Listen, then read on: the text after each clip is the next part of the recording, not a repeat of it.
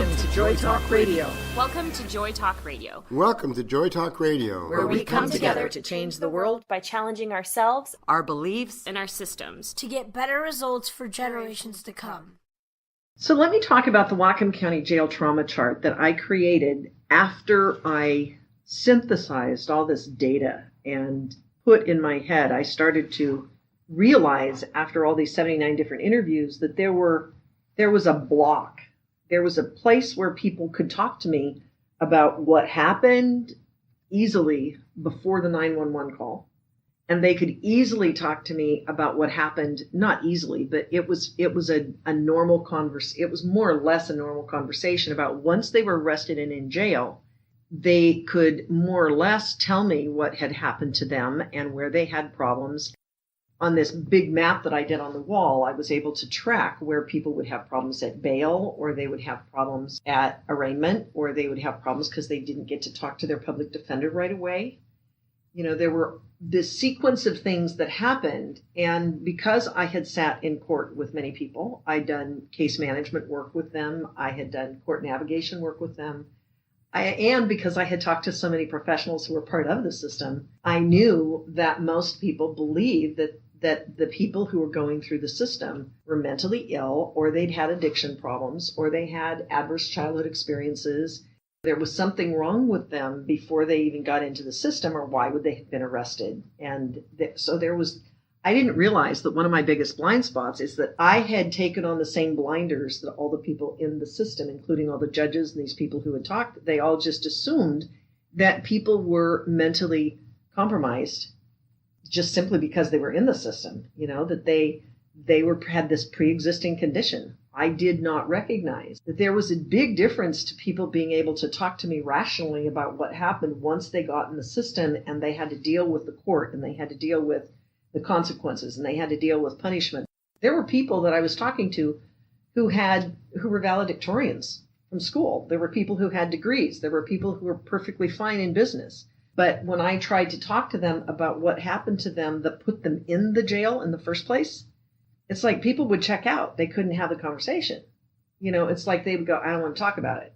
I'd say, well, what happened that, you know, how did you end up in there? And they'd say, well, my mom called the 911 because I was having a meltdown over my drugs. You know, they were a person who had, in fact, been on a medical treatment program with a mental health problem.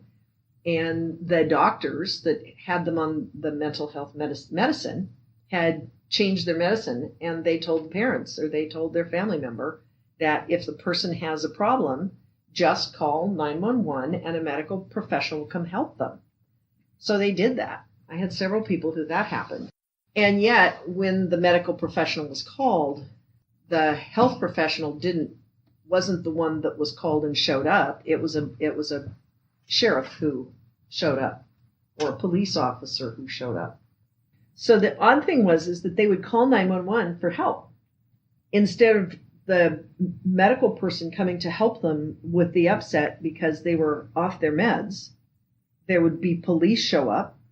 When the police showed up, they wanted to take them to the hospital and they wanted to put them in the backseat of a police car and they wanted to put handcuffs on them. And the person who was already in stress, having a mental meltdown, the last thing they wanted to see was a police officer.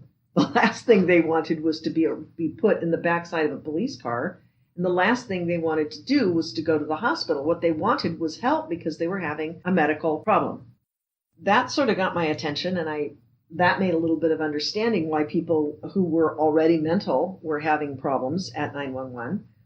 But the other part was I found people who had a personal trauma. Let's say that they had been assaulted and they called 911 to get help.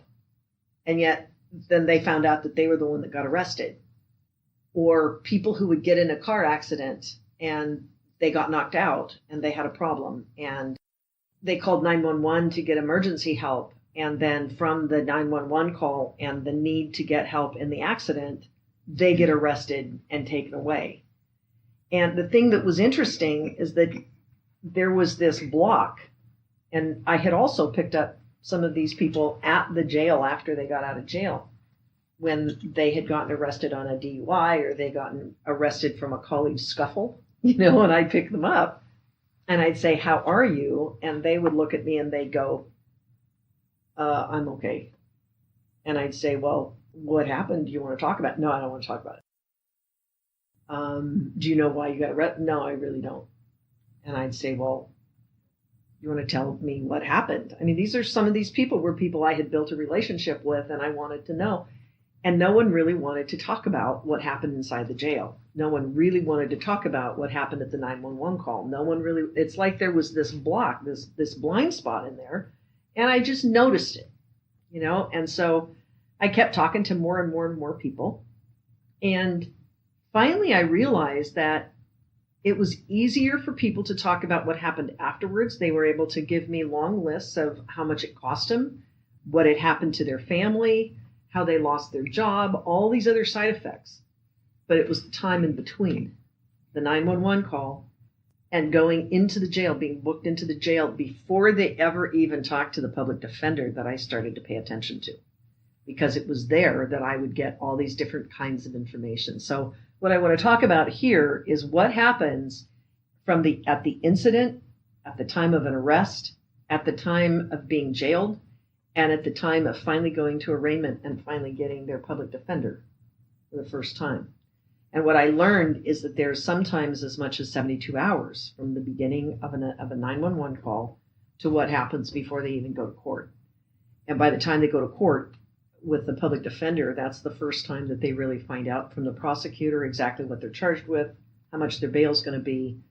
The public defender will talk to them at that point. So what happens is that there's up to a 72-hour period there where people go through what I discovered is extreme trauma. Thank you for joining us on Joy Talk Radio.